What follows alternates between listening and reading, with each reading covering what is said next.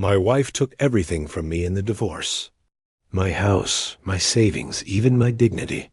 But what she didn't know was I had one last move that would change everything. My name is Daniel Carter, and if you'd seen me 10 years ago, you would have thought I was living the dream.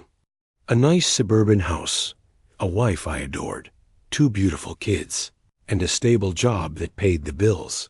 But life has a cruel way of testing how much pain a man can take. Rebecca, my wife, or at least the woman I thought was my soulmate, she wasn't always the way she became in the end.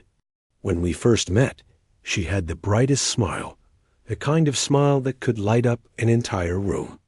She believed in me before I even believed in myself.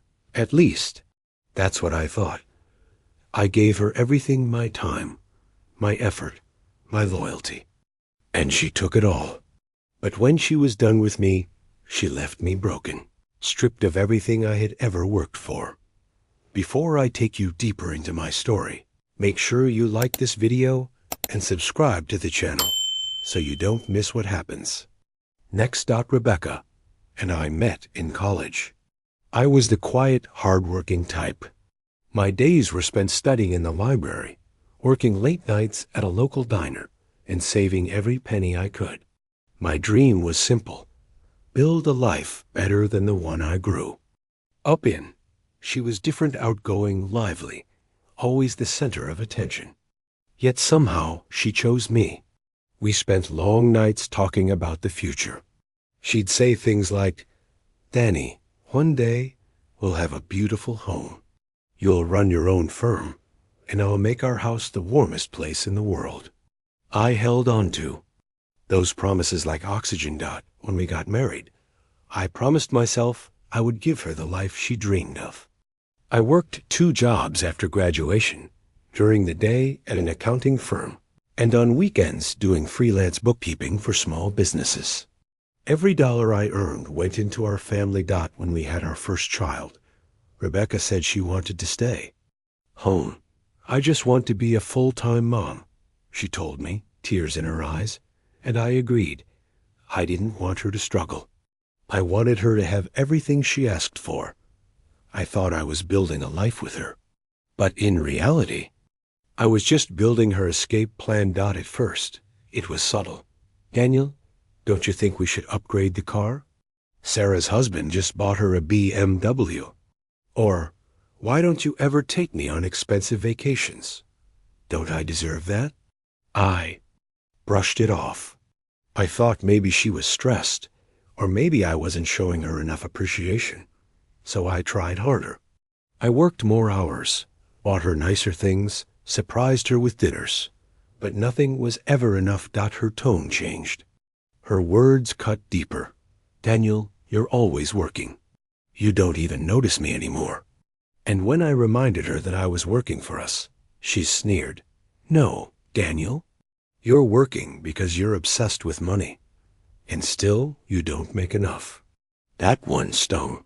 But I kept quiet, because deep down I thought, if I just work harder, she'll love me again. One evening, I came home earlier than usual. I had flowers in my hand, something I hadn't done in a while. I thought maybe, just maybe, it would bring back her smile. But when I walked in, I heard her voice from the living room. She was on the phone, laughing. And then I froze. "Don't worry, he's too pathetic to ever leave me. Once the divorce is through, I'll take everything. The house, the savings even. The kids. Daniel won't even see it coming." My heart stopped. My legs went weak. I felt like the ground beneath me had given way. I dropped the flowers. They scattered across the floor. When she saw me, her eyes widened. But then, that cruel smirk spread across her face.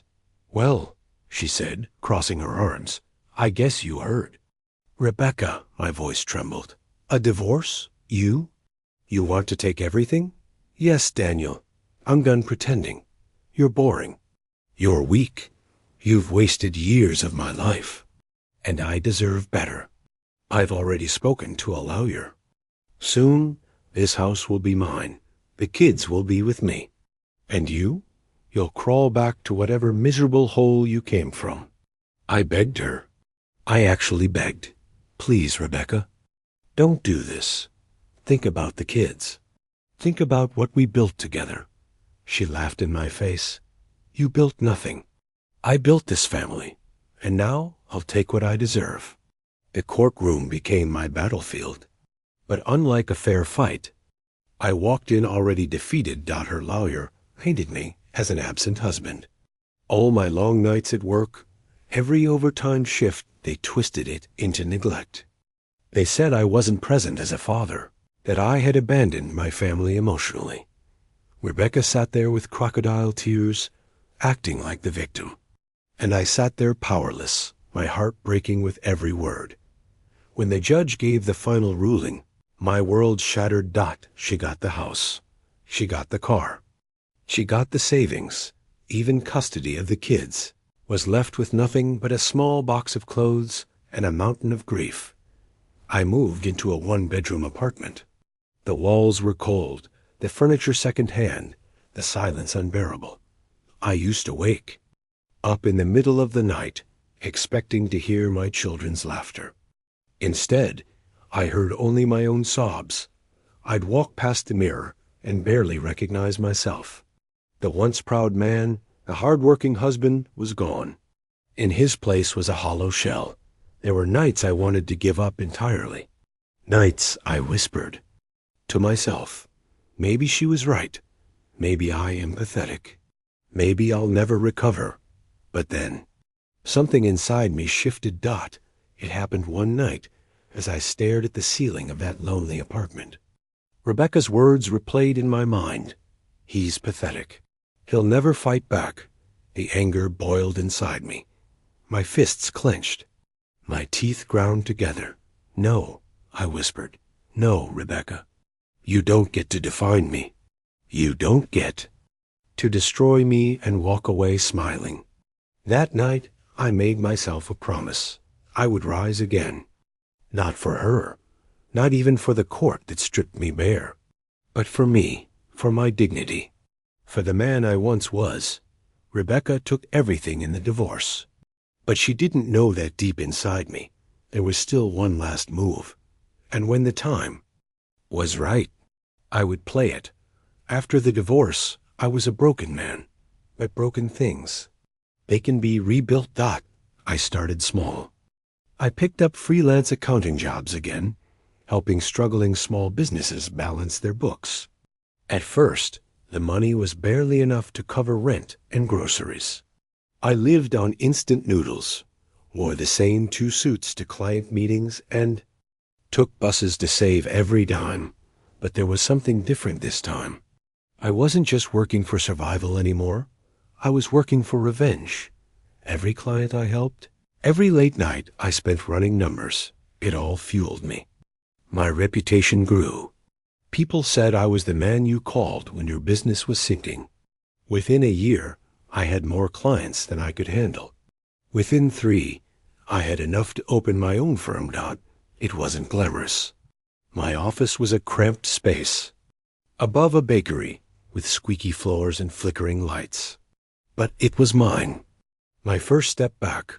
One evening, as I was closing up shop, my phone buzzed. It was Mark, my old college buddy, now a sharp lawyer with a reputation for being ruthless in court. Daniel, he said, I've been reviewing your case again. There's something your ex-wife and her attorney completely missed. What is it? I asked, my heart pounding. The deed to your grandfather's land. It's still in your name. They didn't touch it during the divorce. Rebecca has no idea it even exists. I froze. That land? It wasn't much when I last saw it, just empty fields my grandfather left behind. But the city had expanded since. Then, property values had skyrocketed. How much do you think it's worth now? I asked cautiously. Mark chuckled. Let's just say, Daniel, if you play this right, you won't just rebuild. You'll come back stronger than ever. With Mark's help, I developed a plan. We brought in a few trusted investors, men who owed me favors, men who believed in second chances. Together, we turned that land into a small housing project. At first, it was terrifying. I risked everything I had, every cent of profit from my firm. But slowly, it started paying off. The houses sold faster than we could build them. Families moved in. Children played in the yards, and for the first time in years, I felt proud again. I expanded. A second development, then a third. Within 5 years, I had built an empire in silence. A quiet fortune, tucked neatly out of Rebecca's reach, and I told no one. Not my children, not my parents, not even my closest friends.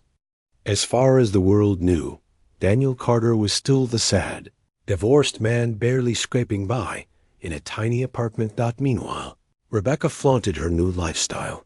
She took vacations to Paris, wore diamond necklaces, drove luxury cars. She posted everything online with captions like, "Living my best life, no dead weight holding me back." Her friends praised her. Neighbors whispered about how she won the divorce. Even my own children, caught up in her glittering world, looked at me with a mixture of pity and distance. I let them, because what Rebecca never understood was that silence can be the sharpest weapon of all. One night, at a restaurant, I spotted Rebecca. She was with a group of her friends, laughing loudly, dressed head to toe in luxury. She noticed me from across the room, her smile widening into that cruel smirk I knew too well. Well, look who it is," she said as she walked over.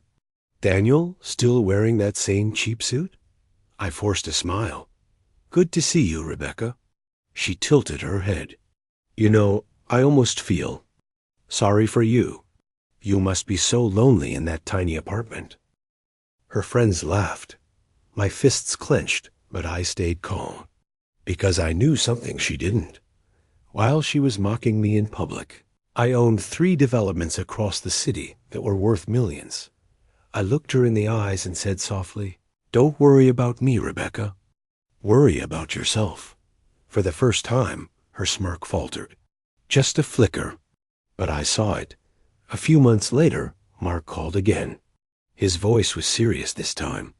"Daniel, I've been looking into Rebecca's finances. She's been misusing funds from a joint investment account she wasn't supposed to touch." My heart raced.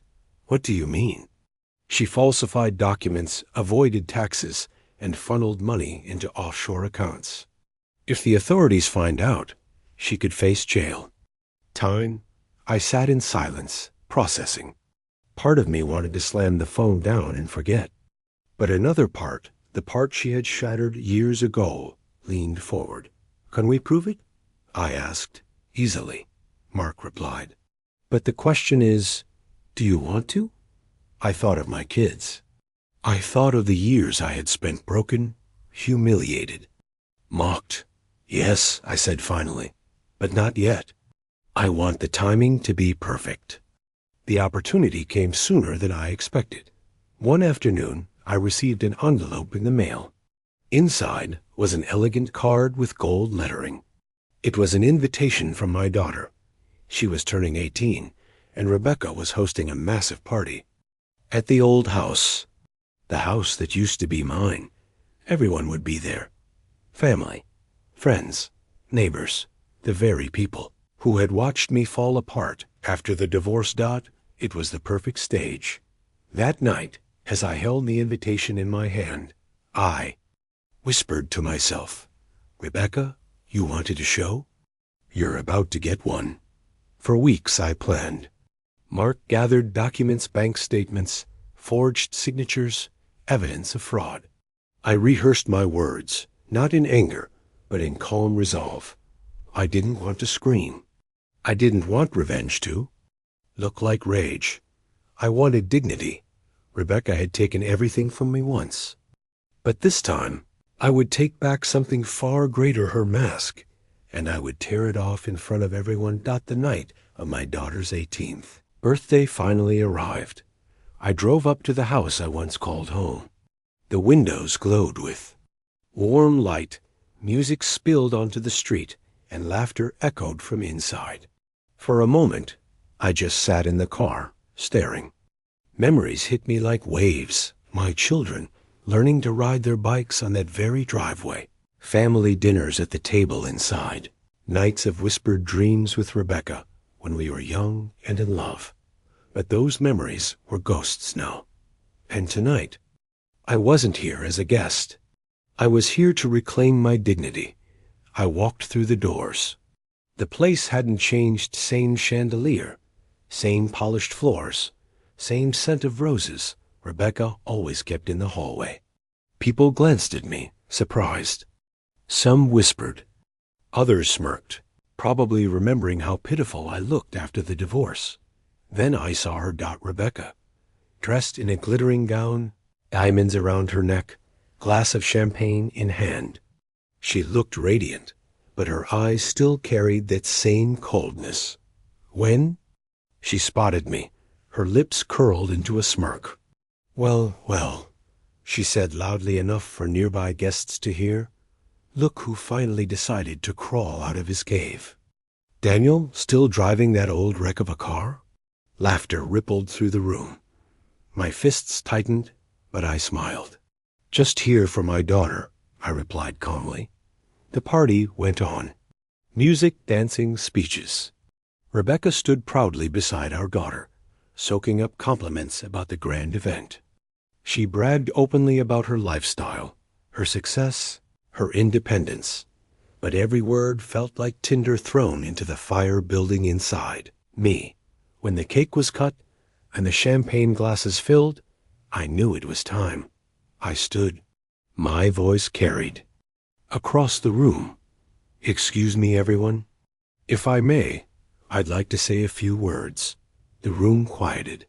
Dozens of eyes turned to me. Rebecca rolled her eyes dramatically. "Oh, please, Daniel, don't embarrass yourself. Sit down." But I didn't sit. Instead, I pulled a folder from my jacket and laid it on the table. "Rebecca," I began, my voice steady, "you took everything from me years ago. My home, my savings, even the respect of my children.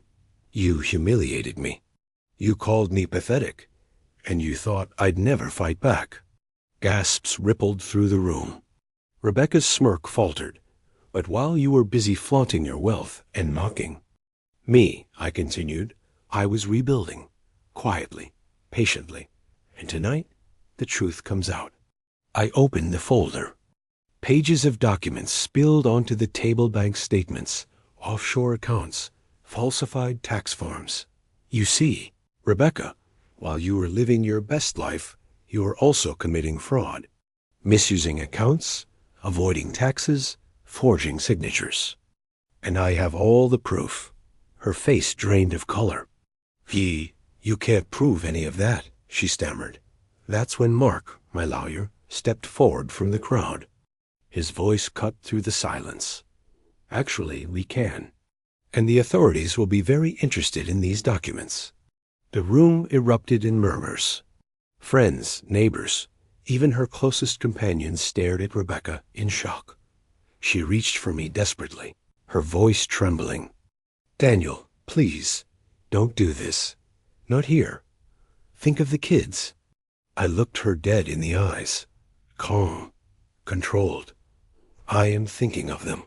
For years, I stayed quiet so they wouldn't see the truth.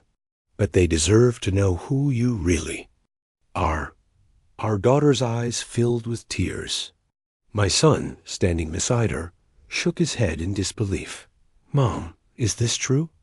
He whispered. Rebecca's lips trembled, but no words came out. I turned to the crowd. My voice carried, strong and steady. "Marriage is supposed to be about trust, about sacrifice, about building something together. I gave Rebecca everything. I had my time, my love, my hard work. And in return, I was betrayed. But tonight isn't about revenge. It's about dignity. About showing that no matter how much someone takes from you, they can never take your integrity." unless you let them. She thought she destroyed me, but all she did was make me stronger. The room was silent. Some guests nodded. Others looked at Rebecca with disgust. Rebecca collapsed into a chair, her hands shaking. The confident, cruel woman who once mocked me was gone. In her place sat someone exposed, fragile, desperate. "Daniel, please," she whispered. "Don't ruin me." I leaned closer, my voice low enough only she could hear. "You ruined yourself, Rebecca." In the weeks that followed, Rebecca's world crumbled. Investigations were launched. Her accounts were frozen. The house was seized. She lost everything, the very things she had fought so viciously to take from me. As for me, I didn't gloat. I didn't chase after material revenge. Instead, I focused on what truly mattered. With my fortune secure, I invested in things that meant something. Scholarships for kids from broken families. Community programs for struggling fathers. Housing projects that gave people second chances, just like I had once needed. My children, though shaken by the truth, slowly came back into my life. Saw who I really was, not the broken man their mother had painted me to be, but a father who had endured, who had fought, and who had risen again. One evening, my daughter hugged me tightly and whispered, "Dad, I'm proud of you." Those words healed wounds that no money ever could. As I stand here now, looking back at the wreckage of my past, I realize something powerful. Rebecca thought she won by taking everything from me, but in truth, she lost. Because respect, dignity, and integrity are worth more than any house, car, or bank account. I rose from nothing. I rebuilt myself, and I showed her and everyone else that strength isn't about what you own, it's about who you are when everything is stripped away. If you've ever believed that respect matters more than money, let me know in the comments below. I'd love to hear your thoughts. And for more stories like this, don't forget to subscribe to the channel.